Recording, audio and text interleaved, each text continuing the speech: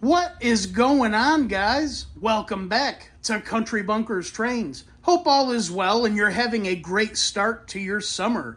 Please excuse the storm outside. It's been going at it for the last hour and a half or so. It finally seems to be calming down. But anyway, as you can see, over the past several weeks, I've been fairly busy here in the train room working on the new layout, and we've gotten a good little bit done. I figured it was time to finally do a quick update and check out what we've been doing. If you caught our last video a little while back, I'm sure you'll know that the layout is live and operational. At least all the track work. All the track is live, and we've been running trains here in the train room. Been having a lot of fun doing so, too. I wanted to try and answer a couple questions real quick that several of you shared, or several of you had. A lot of you were asking me how I was powering the layout, and without getting too far into it, because we have done layout wiring in the past, I figured I'd give you guys a quick idea of what's going on here.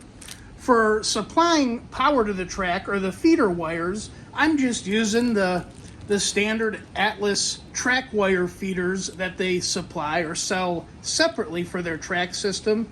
This is just the track joiners that already have wires soldered underneath. You can see a couple of them here. But yeah, that's all I'm using for feeding power to the track. Just the standard Atlas stuff straight out of the box. I've got 4 sets of feeders on each loop of track. There's one on each set here on the bridge, one on this side of the layout, one on the back side, and then one on this side. And this seems to be adequate for the track work on this layout. Another thing I wanted to add real quick is I have both this middle and outer loop tied together as one. Obviously, on the layout, they're 2 separate loops, but I have them tied together on the same harness or wiring harness underneath the layout. I did this for a couple of reasons. One of the channels on my TIU has a weak signal, and I actually had to tie 2 of the loops together on the old layout that used to be here onto one channel. And also, this saved me a lot of wiring in our wiring harness. The harness for powering the track ends right here at the bridge, but it has to go underneath the layout all the way around, come back up over here, and then it comes up into our TIU right here that you can see. We can go over that a little bit more in depth in the future, but like I said, just to give you a quick idea. Lastly, for wiring, a lot of you guys asked me how I wired our swinging bridge here on the front of the layout, and honestly, it's all really basic and super simple. Nothing extraordinarily odd going on here. But yeah, you can see our wires protrude below the bridge, and I'm just using these wire straps to hold them up to the bottom of the bridge. I don't want wires dangling underneath. And like I mentioned previously, the middle and outer track are tied together into one harness. You can see that right here. All the wire connections underneath and here, everything's soldered. And then the inner track is on its own channel right here. The only thing to pay attention to with a swing bridge like this is to make sure that you leave enough excess wire down here underneath. That way it's not super tight or super taut. You want to make sure you have enough excess so when the bridge is lifted, such as it is now, this wire isn't being pulled tight or has a whole lot of stress going on with it. That's the only thing you really got to pay attention to. If that wire was pulled tight while the bridge was down, you wouldn't be able to lift the bridge. Or if you were able to lift the bridge, you're putting a lot of stress on that wire. You could break the wire, pull the actual wiring apart inside the insulation of the wire. That's, like I say, really the only thing to pay attention to in my mind. It's starting to pick up again out there. I think the same storm just keeps circling and circling. Good Lord. But anyway, what do you say? Let's get to the good stuff, the new stuff, right? And starting out with not necessarily a new item, but a new item to this layout, our old but trusty Lionel Type V transformer. I made a community post about this a little while back. Big shout out to our repairman, Mike, up at Roundhouse South Trains. He went through this thing for me, put a new cord in it and checked it out, and she got a clean bill of health. I got it home, cleaned it up, and got it ready for use here on the layout. This is going to be our accessory transformer. This is going to power all the accessories throughout the layout, hopefully in the future. It is already powering a couple accessories at the moment, but this will work out really well. As you can see, it's got 4 channels on it, And I'm hoping to split this layout up into 4 different districts or 4 different blocks. We'll have one over here, one in the back, 1 or 2 over here on this side of the layout. So that'll work out quite well. I've actually had this transformer for quite a while. I picked it up in a lot several years back. It always worked, but I didn't trust the cord that was on it. It had a replacement GE cord from like the 1950s, 1960s on it. It did work, but I just didn't trust it. So we got her all doctored up, and here she is, ready to go into service. Next up is a super cool new piece, this drop-dead gorgeous building flat from the gentleman over at East Coast Enterprises, or trainlayouts.com. These are the same guys that built this beautiful bridge I picked up at York. Like I say, super, super cool stuff. If you guys are in the market for some gorgeous buildings, building flats, bridges, and all other types of stuff, they do consulting for building a layout, as well as build the layout for you. I'll leave a link to their website in the description below. Definitely go check them out.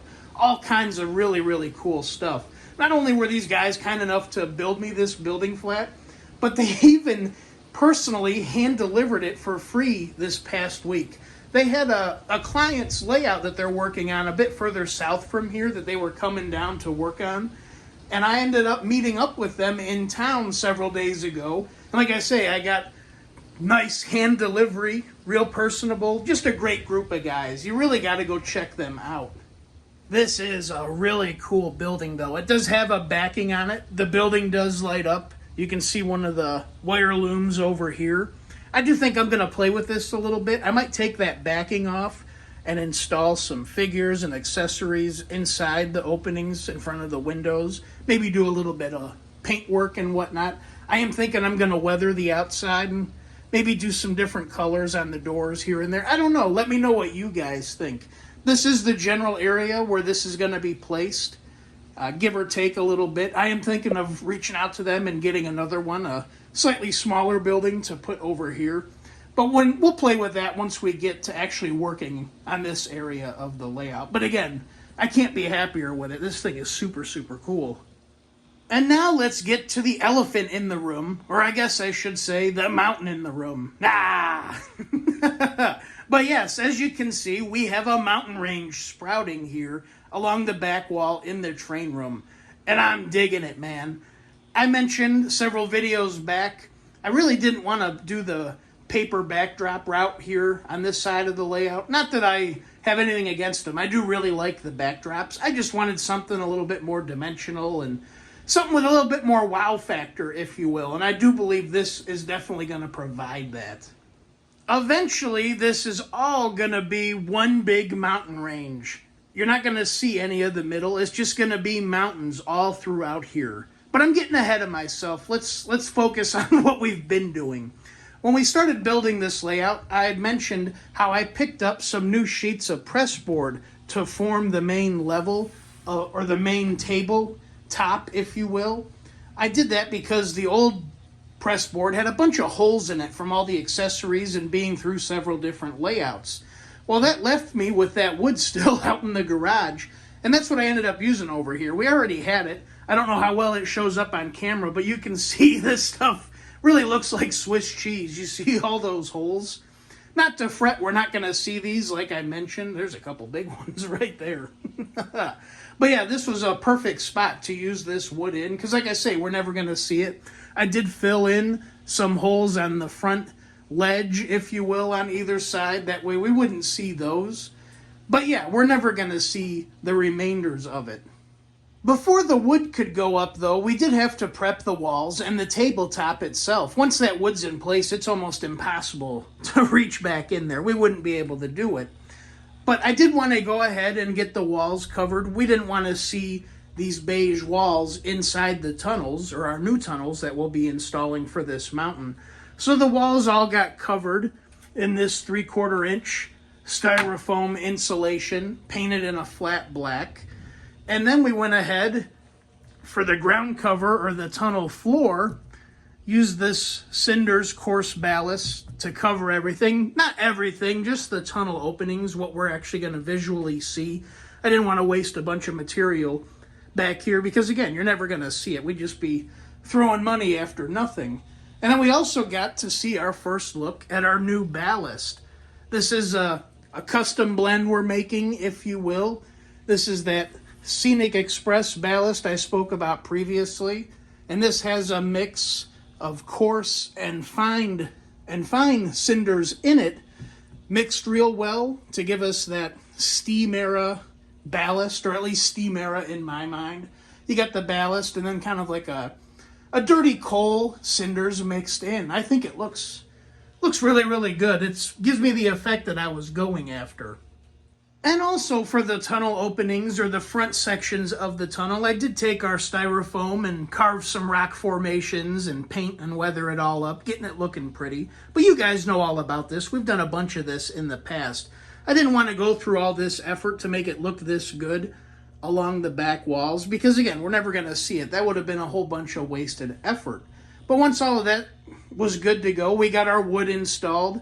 All this is supported from underneath, as you can see. This is all wood I had on hand in the garage out back. And it's kind of a jubilee of different pieces. We got 2x4s, 1x4s, 1x2s, whatever fit for where we needed it. Worked out quite well. Now this level, all it's going to act as is a support for our elevated loop that'll be running through here. There'll be 2 tunnels, one here on the main level and one up top. And this will be, like I say, for our elevated loop. That's all that's really going to be going through here. This, and act as another piece of framework for the mountain range that's going to be coming down.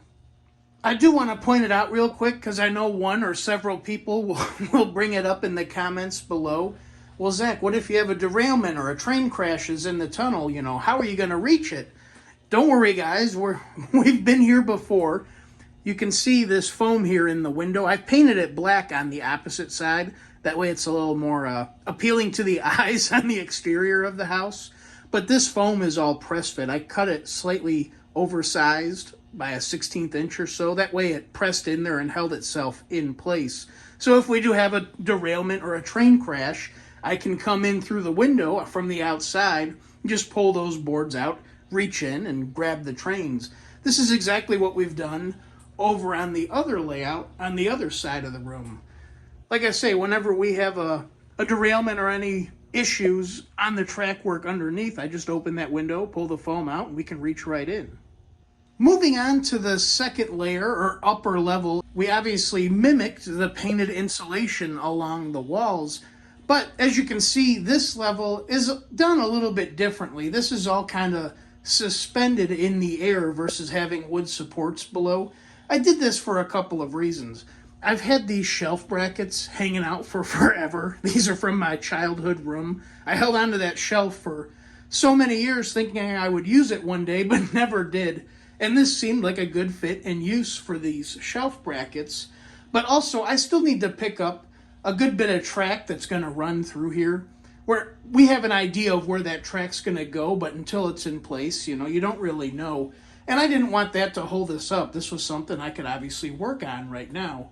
So we got this main shelf installed in front of the window, and then I cut these kind of goofily shaped sections that jut out to each side of the layout, and those are supported by 1x4s and tied in with some flat stock type brackets underneath here.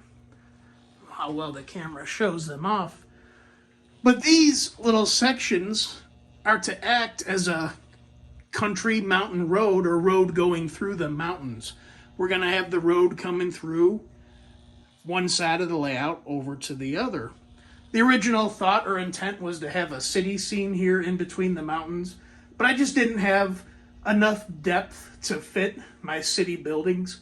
So I'm deciding to go with these Woodland Scenics buildings, and honestly, these fit a lot better. These look a lot more like a mountain-type setting that you would see versus city buildings. But yeah, that's the thought and the intent.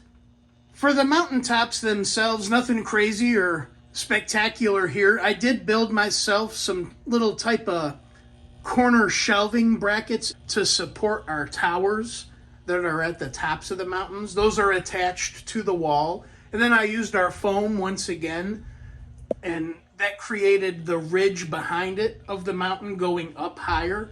And then all of the framework, kind of old school, tried and true, all the framework is just cardboard strips glued together and wove together like a basket. We've done this in the past too over on the other layout.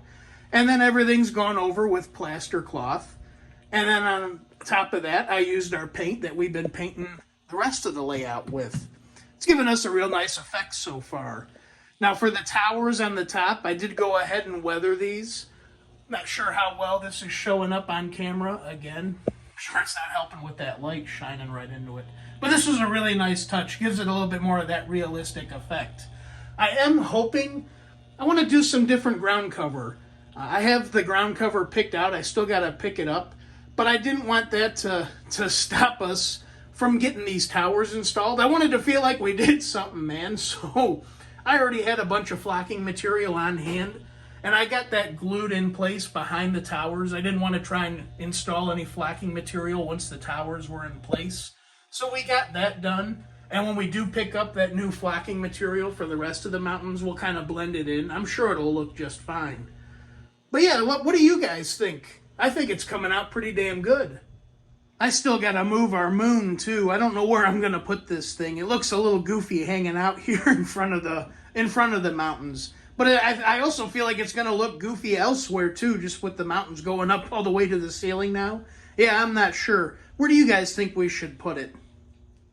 Really doesn't seem like a whole lot now that we've gone over it so quick here on video. And I mean, honestly, it really isn't. It's just a whole lot of hurry up and wait type of work. Hurry up and glue all this cardboard together and wait for the glue to dry. Apply the plaster and wait for that to dry. Apply the paint, wait for that to dry, so on and so forth. It's just a bit time consuming, but I am extremely happy with how it's turning out. It's nice to see your thoughts come to fruition and what you were planning and envisioning coming to life. I'm really digging it, and it's only going to get better, hopefully. Now, we are going to be seeing the layout look like this for probably a little while.